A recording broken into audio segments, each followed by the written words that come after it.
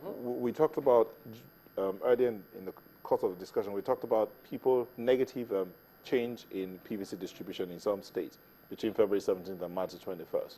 Now, but then this issue about people traveling, why would some people be seeking to travel? And some, is it to go and vote or just to avoid what they think might be a violent situation? Okay, two issues you've addressed. Let's take the first one. The negative PVC collection rate. Rationally, when you have a negative PVC collection rate, what it means is people are returning their PVCs. But I don't think that is the case. Why would you have collected a PVC and then return the PVC? What is most likely the case, even though we are still expecting further clarification from INEC, is that there were errors when those numbers were computed. And that brings out a question of data verification from INEC. It's a huge question of data verification, especially in an election like ours that we're going to be having tomorrow, where we're expecting the margin between winner A and winner B. I wouldn't say the margin between the winner and the loser. The margin between winner A and winner B is going to be most likely very, very minimal. So we'll expect INEC to improve on their data verification levels, because the elections and the results, most especially for tomorrow or Sunday when it's released, has to be error-free. Regarding the picture we had seen on the I-report on the number of people that are planning to leave the country. Not just the country, leave some states or some other. and move around. Interestingly, the most recent figures we have from the Federal Airports Authority lets us understand that a lot of Nigerians are voting with their feet. And by voting with their feet, what we mean is the number of Nigerians leaving the country, especially through Murtala Mohammed Airport, is much higher than the numbers of Nigerians coming into the country. So we take the most recent figures from the federal airports, for example. On an average month, 102,000 Nigerians go out of Murtala Mohammed Airport. However, 108,000 Nigerians, for example, go out of Murtala Mohammed Airport on an average month. And on that same average month, only 102,000 Nigerians or 102,000 people come into this airport. So we clearly see that the number of individuals leaving the shores of the country is much higher than the number of individuals coming into the country. So clearly it lets us understand that even though tomorrow a lot of people will be voting with their thumb, we also should, and whoever wins needs to address the issue of Nigerians who are really voting with their feet. What does that suggest? Now, clearly, we don't have that survey that lets us understand why more people are leaving and more people are coming in. But what we can deduce, or what we can say about it is, it possibly means a lot of young Nigerians aren't getting jobs. It possibly means a lot of young Nigerians are looking for opportunities elsewhere. It could also mean a lot of Nigerians have made so much money and they're going abroad to spend it. Or they made so much money they want to send their families out for... Possibly there's a lot of money they're making, business is booming, and... And they want to spend it during election period, right? Possibly. Or they want to keep their family out of elections way. Well, there's so much focus on the elections in Nigeria, but Africa too will witness quite a number of those elections. But let's take you through the comments by U.S. President on Nigeria's elections. Hello. Today I want to speak directly to you, the people of Nigeria. Nigeria is a great nation, and you can be proud of the progress you've made. Together you've won your independence, emerged from military rule, and strengthened democratic institutions. You've strived to overcome divisions and turn Nigeria's diversity into a source of strength. You've worked hard to improve the lives of your families and to build the largest economy in Africa. Now you have a historic opportunity to help write the next chapter of Nigeria's progress by voting in the upcoming elections. For elections to be credible, they must be free, fair, and peaceful. All Nigerians must be able to cast their votes without intimidation or fear. So I call on all leaders and candidates to make it clear to their supporters that violence has no place in democratic elections, and that they will not incite, support, or engage in any kind of violence before, during, or after the votes are counted. I call on all Nigerians to peacefully express your views and to reject the voices of those who call for violence. And when elections are free and fair, it is the responsibility of all citizens to help keep the peace, no matter who wins. Successful elections and democratic progress will help Nigeria meet the urgent challenges you face today.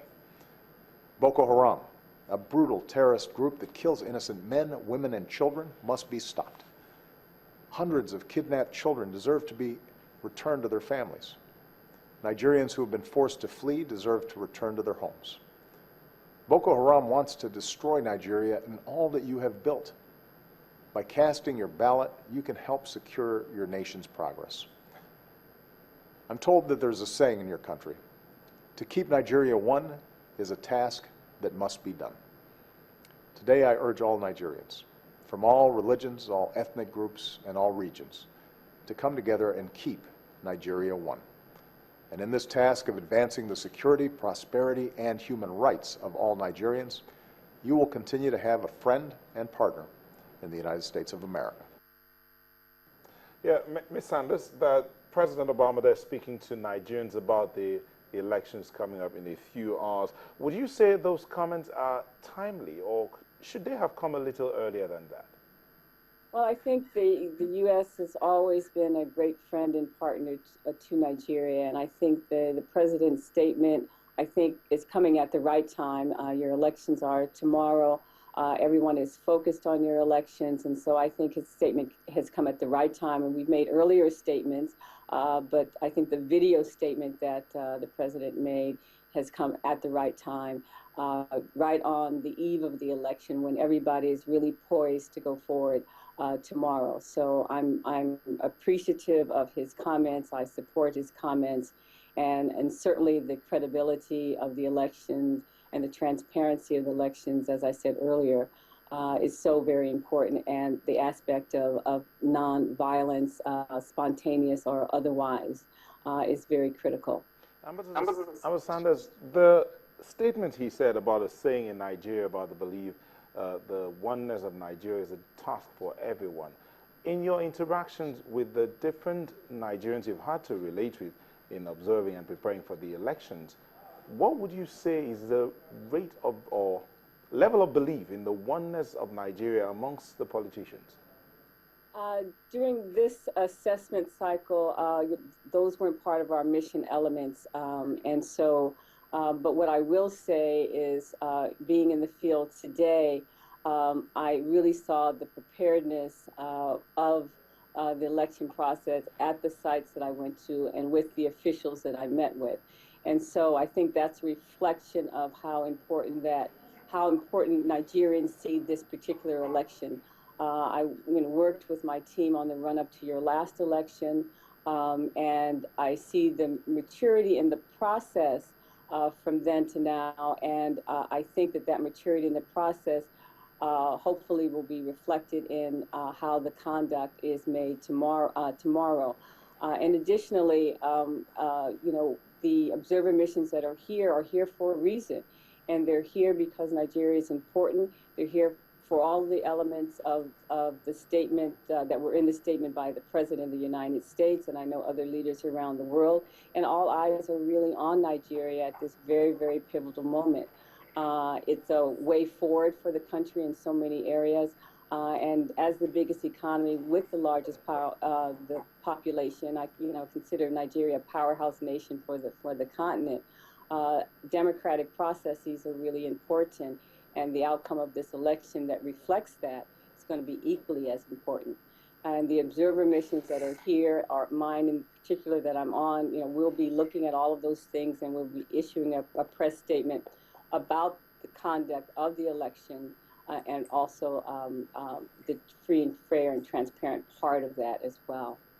Well, speaking about the integrity of the process, what's your impression about over 12 million people who were not able to collect their permanent voter cards and as such will not be able to participate in these elections, although they had the temporary voter cards? Well, in the deployment that we had today, we'll be looking at how prepared the sites are for the permanent voter card and the accreditation of such, and tomorrow we'll be looking at the details of that as well. And I think in terms of the data figures on how many people did not get their vote, I think that really is a question more for INEC to respond to than me as an observer, because we're observing the process, the pre-election process up to this point, and E-Day, and then we'll provide our assessment afterwards. And at that point, I can make a comment about the impact of those who did not get their PVC cards in time. But tomorrow, what's going to be important is, as part of the elements, is really looking at how that process moves forward in terms of how people are able to get their accreditation, move forward to the second phase to actually cast their encoded ballot. So it's very important that these elements are observed by international observers, and as I said, there are nearly over 100 international observer missions here for that purpose. Well, thank you for your time, Ambassador Sanders. You're welcome, and it's really wonderful to be on the show again this evening.